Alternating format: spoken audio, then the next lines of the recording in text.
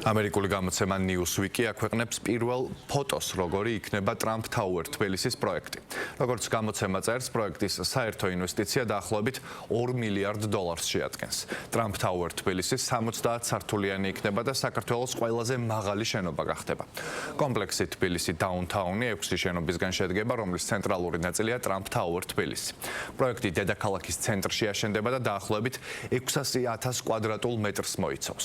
ის გააერთიანებს ბიზნეს ცენტრს, სასტუმროს, სავაჭრო და გასართობ ობიექტებს.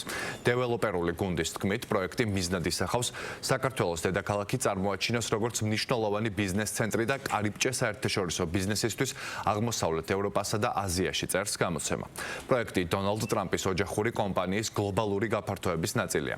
სამეთვალყურეო ორგანიზაციის Cruise მონაცემებით, ტრამპის მეორე საპრეზიდენტო ვადის განმავლობაში კომპანია მსოფლიოს სხვადასხვა ქვეყანაში სულ მცირე 24 პროექტს ახორციელებს.